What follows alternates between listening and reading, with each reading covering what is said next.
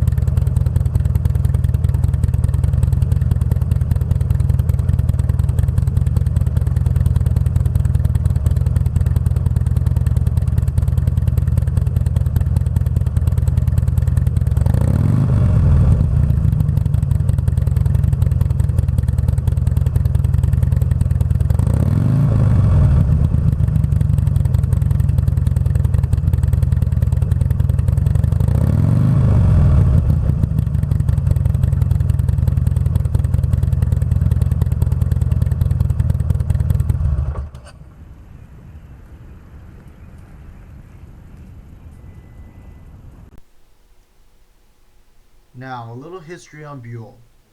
Buell was an American motorcycle company based out of East Troy, Wisconsin. It was founded in 1983 by Erik Buell, who was an ex-Harley Davidson engineer. The company became a subsidiary of Harley by about 2003. Harley closed Buell down in 2009 due to a change in their marketing strategy to focus on their Harley Davidson brand.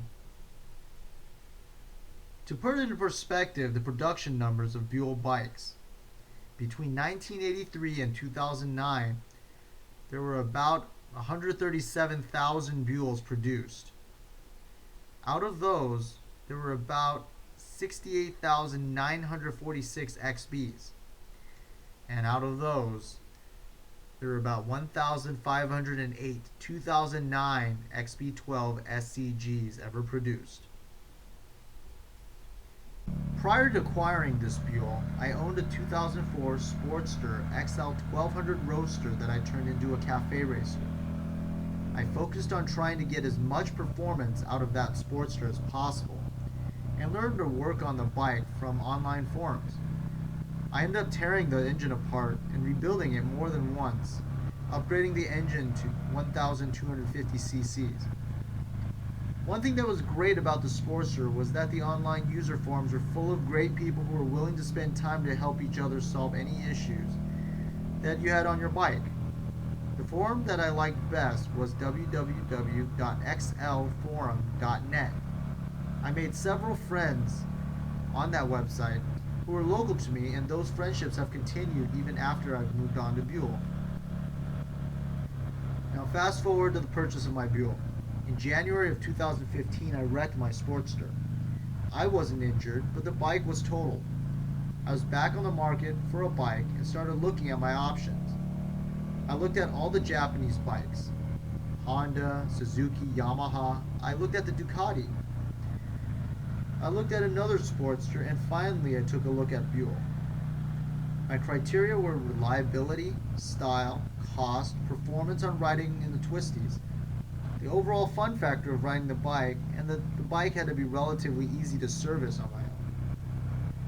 First, I looked at Ducati. I've always admired the Italian-made V-twin with its beautiful exhaust rumble. I was looking at the Monster series of bikes, since there was no way I was going to be able to spend more than $15,000 on my bike. The Monster seemed to be the ticket, but I found out that Ducatis need regular maintenance that is relatively frequent and definitely not cheap.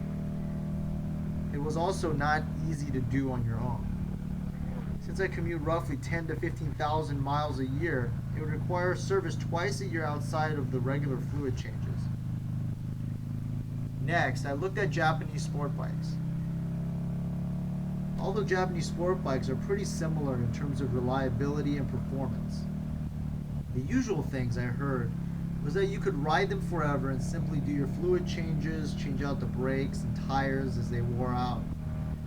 I was gravitating towards the CBR 600R, more or less, due to the lower seat height compared to the similar models in Yamahas and Suzukis.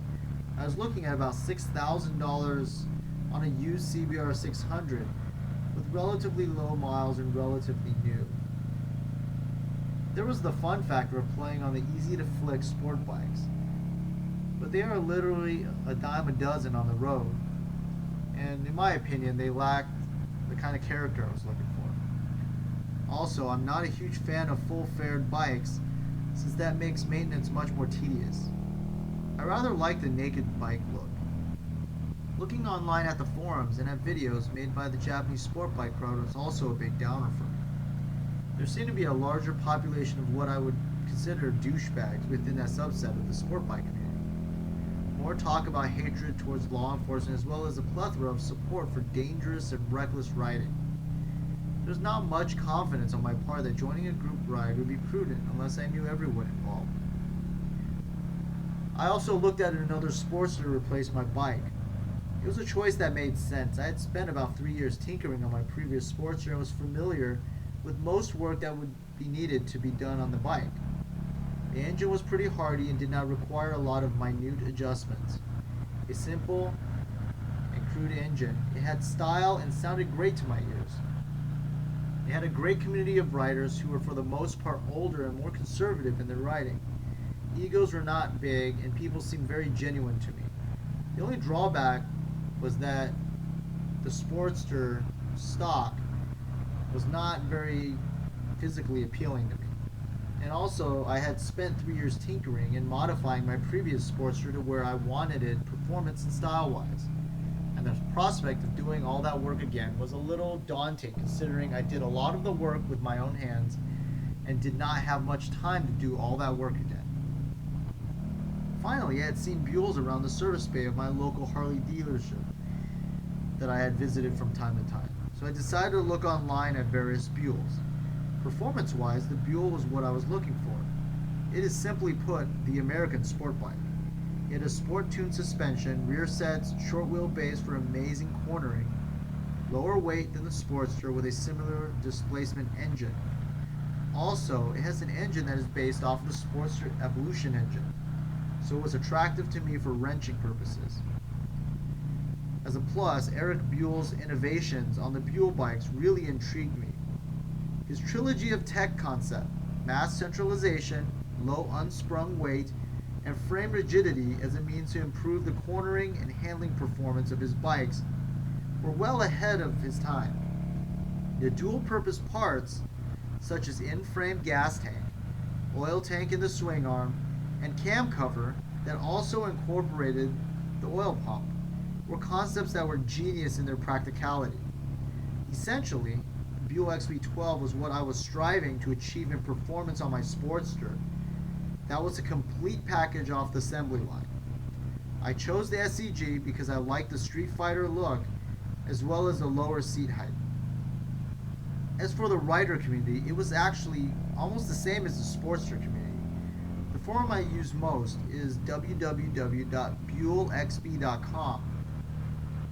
Cost-wise, Buell bikes were extremely reasonable, with bikes ranging from $3,000 to $6,000. Even though the bike is no longer in production, there are plenty of parts through third-party vendors. Also, there are many parts that have equivalent parts that are common parts that can be found at your local auto parts store. Finally, since there were relatively few Buells produced compared to other bikes currently on the road, I often get asked, what kind of bike is that? More recently, I got a "That's a dope bike." If you enjoy the bike that is not just run-of-the-mill, easy to maintain on your own, and does not break the bank to purchase, and outperforms in the twisties, the XB is the bike for you. Thank you for watching, and stay safe on the road.